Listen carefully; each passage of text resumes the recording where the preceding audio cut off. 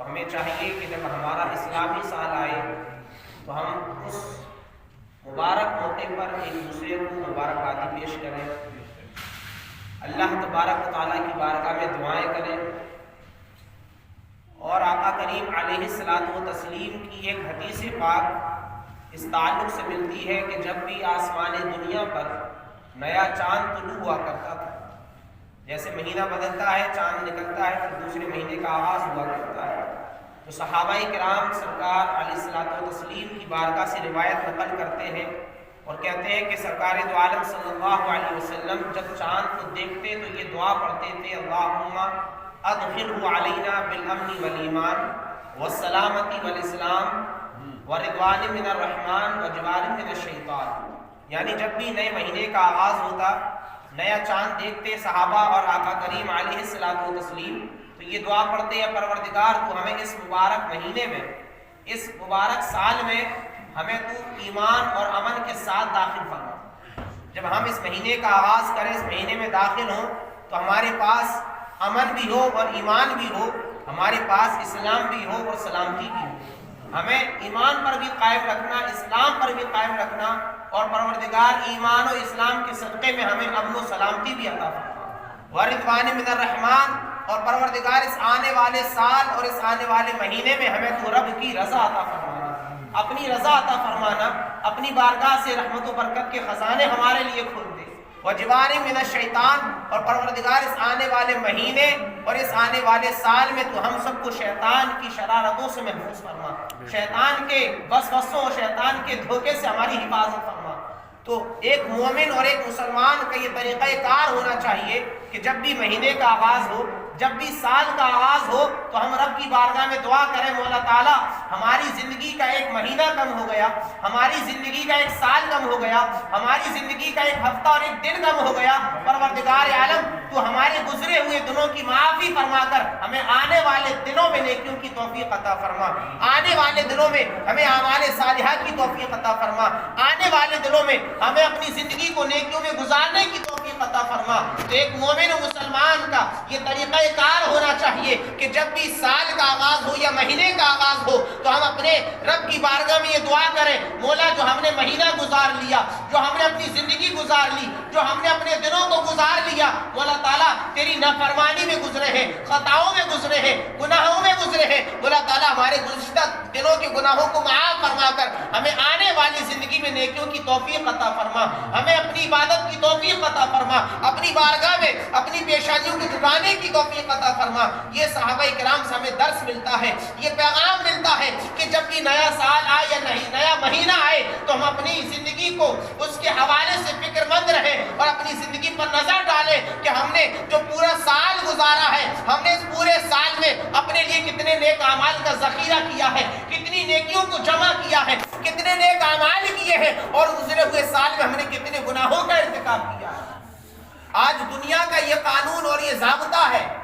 کوئی بھی کمپنی ہے یا کوئی بھی تنظیم یا تحریک ہے یا کوئی بھی دنیا کے اندر چلنے والا نظام ہے، اس کا یہ قانون ہے، یہ ضابطہ اور یہ رول ہے کہ جب پورا سال گزر جاتا ہے تو ہر کمپنی چلانے والا، ہر کارخانہ چلانے والا اس پورے سال کا بیٹھ کر کے حساب لگاتا ہے۔ اس سال میں نے کتنا پروفٹ جمع کیا، کتنے پیسے کا مجھے فائدہ ہوا اور کتنا نقصان ہوا، پورے سال کا بیٹھ کر کے وہ حساب لگاتا ہے، اس سال مجھے کتنا نفع حاصل ہوا، کتنا نقصان ہوا، کتنا میں نے فائدہ حاصل کیا اور کتنا بزنس میرا گھاٹے میں چل رہا ہے، یعنی پورے سال کا بیٹھ کر کے حساب لگایا کرتا ہے۔ اسی طریقے سے کوئی بھی تنظیم یا تحریک ہے، وہ اپنے پورے سال کی کارکردگی پر نظر ڈالتی ہے، غور و فکر کرتی ہے، اس کا حساب لگاتی ہے کہ ہم نے گزرے ہوئے سال میں کتنا کچھ کیا ہے، کتنی ترقی کی ہے اور کتنی تنزلی کی ہے، کتنا ہم نے فائدہ کیا ہے، کتنا نقصان اٹھایا ہے۔ تو آج ہم اس دنیا کے حوالے سے تو فکر مند رہتے ہیں اور یہ سوچتے ہیں کہ ہم نے کاروبار میں کتنا فائدہ حاصل کیا ہے،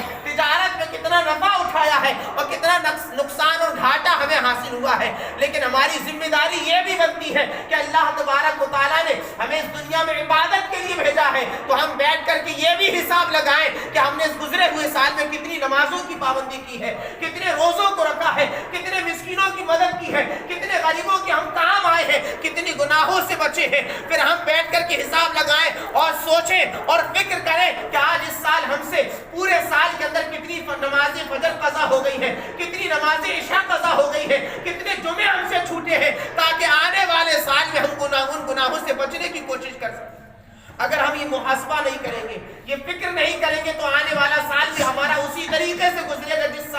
جس طریقے سے ہم نے سال کو گزار دیا۔ ہماری یہ ذمہ داری بنتی ہے۔ رب کا قرآن کہتا ہے یا ایھا الذین آمنوا اتقوا اللہ ولتنظر نفس ما قدمت لغد، اے ایمان والو اللہ سے ڈرو، ولتنظر نفس ما قدمت لغد، اور اس بات کی فکر کرو، اس بات کی پلاننگ کرو کہ تم نے کل آنے والے کل کے لیے کیا تیاری کر رکھی ہے، تمہارے پاس آنے والے کل کے لیے کیا پروگرام ہے، کیا تیاری ہے، تم نے کتنے نیک عمل کا ذخیرہ کیا ہے، کتنے اعمال کا آپ نے اپنے پاس ذخیرہ کیا ہے، کتنے نیک عمل اپنے دامن میں اکٹھے کیے ہیں۔ رب کا قرآن کہہ رہا ہے وَلْتَنْظُرْ نَفْسٌ مَا قَدَّمَتْ لِغَدٍ۔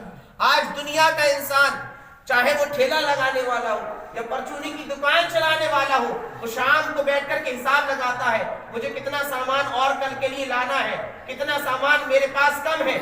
کس سے پیسے ادھار لینا ہے، کس سے قرضہ واپس لینا ہے۔ شام کو بستر پر لیٹ کر کے وہ اپنی پوری دکان کا، اپنے کاروبار کا حساب کرتا ہے، کل صبح کس کے پاس جانا ہے، کتنا مال لانا ہے، کس سے قرضہ لینا ہے۔ یعنی وہ انسان بستر پر لیٹ کر کل آنے والے کی تیاری کر رہا ہے، فکر مند نظر آ رہا ہے کل مجھے کیا کرنا ہے، لیکن کسی کے پاس کوئی گارنٹی نہیں ہے کہ ہمیں کل صبح اٹھنا ہی ہے یا نہیں اٹھنا ہے۔ ہو سکتا ہے آج رات ہماری آخری رات ہو، کل صبح ہمیں نصیب نہ ہو پائے، یعنی ہم اس کل کی تیاری کرتے ہیں جس کے آنے کی کوئی گارنٹی نہیں، جس کے آنے کا کوئی ہمارے پاس سرٹیفکیٹ نہیں ہے کہ کل ہمیں صبح اٹھنا ہی اٹھنا ہے۔ لیکن قرآن کہہ رہا ہے وَلْتَنْظُرْ نَفْسٌ مَا قَدَّمَتْ لِغَدٍ، وہ کل جس کل کی قرآن بات کر رہا ہے وہ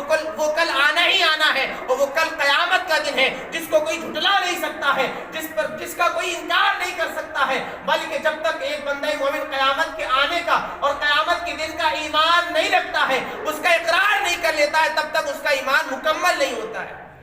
ہمارا ایمان ہی اسی وقت مکمل ہوتا ہے جب قیامت کے دن پر ایمان لاتے ہیں،